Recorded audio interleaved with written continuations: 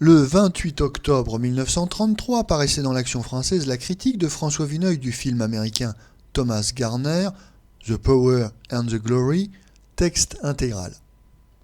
Comme dans Mort de quelqu'un de M. Jules Romain, ce film d'Amérique débute par le trépas de son héros, mais ce n'est pas, comme le fameux roman unanimiste, l'histoire d'un enterrement. Thomas Garner est exactement une nécrologie, la rumeur funèbre qui accompagne de voix diverses la disparition d'un homme en place. Ingénieuse façon de renouveler le style des biographies qu'affectionne maintenant le cinéma américain, emboîtant le pas à Sinclair Lewis, Dreiser et leur volumineuse littérature. La paresseuse formule « résumer le scénario serait le trahir » devient ici obligatoire. De quoi, de qui s'agit-il ?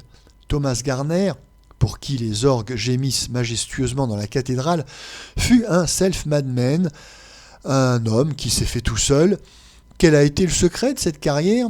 L'égoïsme, la brutalité, déclare la rumeur publique, par le truchement d'une vieille et modeste bourgeoise de New York. Mais cette excellente ménagère est justement la femme de Henry, le fidèle secrétaire de Thomas.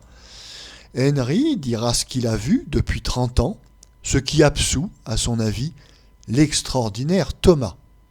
Le grand intérêt du film, c'est que ces souvenirs émus et fervents du vieux secrétaire ne s'en gênent plus, suivant la progression romanesque et chronologique presque toujours adoptée par le cinéma. La première image qui s'offre à sa mémoire bouleversée est assez récente, celle d'un Thomas vieilli mais bien vivant, toujours prêt à la lutte. Puis il s'interroge, va fouiller plus loin. Il évoque son enfance de petit paysan misérable, aux côtés de Thomas, plus gueux encore que lui et qui n'allait même pas à l'école. Un épisode montrant l'âpre énergie du petit Thomas rappelle immédiatement un coup d'audace, un autre triomphe du sang-froid, de la virilité chez le grand homme d'affaires. Ainsi, jusqu'à la fin, avec de brusques sauts sur 20, 30 années, de soudains retours en arrière, toutes les démarches en apparence capricieuses, au fond mystérieusement logique, d'un esprit qui médite, qui se souvient, se déroulera la carrière de Thomas Garner. Surveillant illettré sur une voie de montagne, il est poussé à l'étude, au succès, par l'institutrice qui lui a appris à lire, qu'il a épousée. Devenu bâtisseur de ponts, directeur de sa compagnie, briseur de grève, sa mauvaise étoile, tout comme pour un vulgaire gangster, est représentée par une blonde trop jeune et séduisante qui contraindra l'homme vieillissant à renier sa compagne de toujours, qui l'acculera au suicide par ses atroces infidélités. Notre excellent confrère Georges Hilaire, dans Beaux-Arts, définit parfaitement ce style, ouvrez les guillemets. Le narrateur s'attarde sur un détail particulièrement lumineux dans sa mémoire. Il en néglige d'autres. Souvent, il renverse l'ordre des événements. Véritable film en style indirect, où le récit fausse compagnie au crescendo dramatique habituel qui fait son succès et sa monotonie, et renonce à ses chances les plus faciles, fermez les guillemets. Il est bien rare, en effet, que dans le cinéma la facilité soit à ce point dédaignée. Non seulement le récit est reconstruit dans un ordre inaccoutumé, mais l'on s'efforce dans le détail de pourchasser les lieux communs. Ainsi, la promenade du jeune et brûlant Thomas, de l'institutrice énamourée, en robe claire et froufroutante, commence sous les arbres en fleurs, voir Backstreet, Cantique d'amour, etc., etc. Mais aussitôt, le surveillant, farouche et timide, entraîne la jeune fille dans une rude escalade de rochers pour retarder l'instant des aveux. Ils parviennent au sommet, après des heures, harassés, dépeignés, muets. Enfin, quand le soir tombe, que la jeune fille commence à frissonner et à maudire son compagnon, Thomas se décide, il parle. Le poncif, presque fatal, a été escamoté. Autre exemple, les scènes de la grève.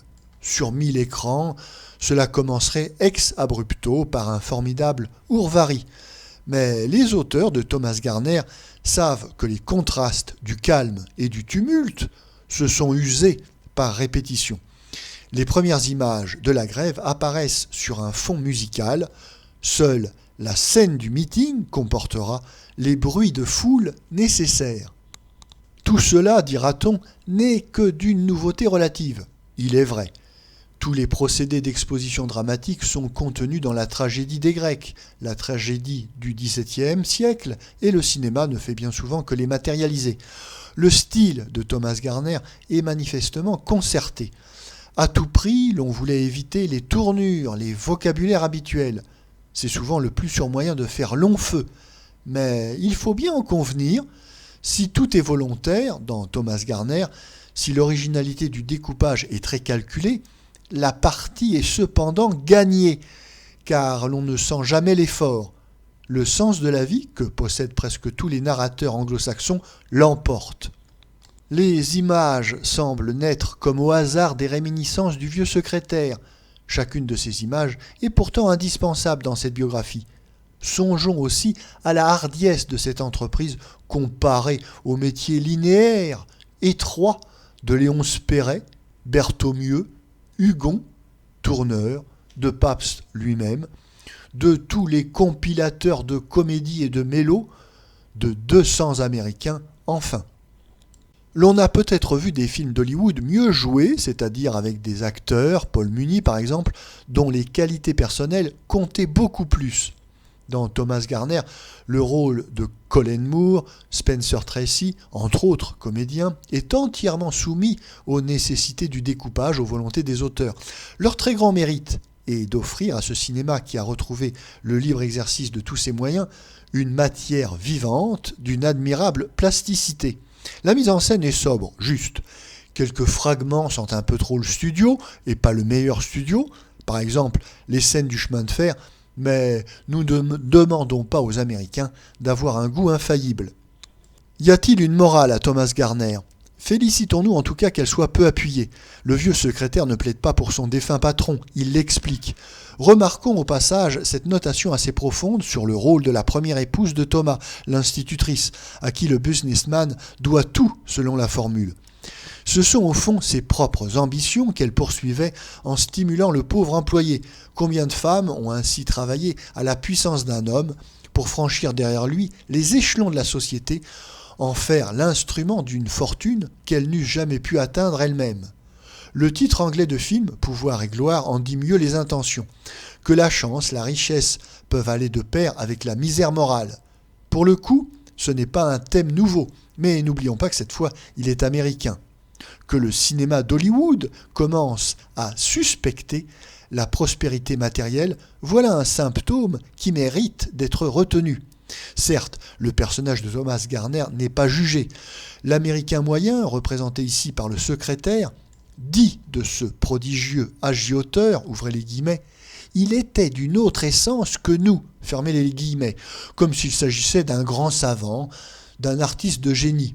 Mais il n'est plus vain d'espérer qu'un autre film d'Amérique, quelques jours, nous peigne les vraies faiblesses des Thomas Garner.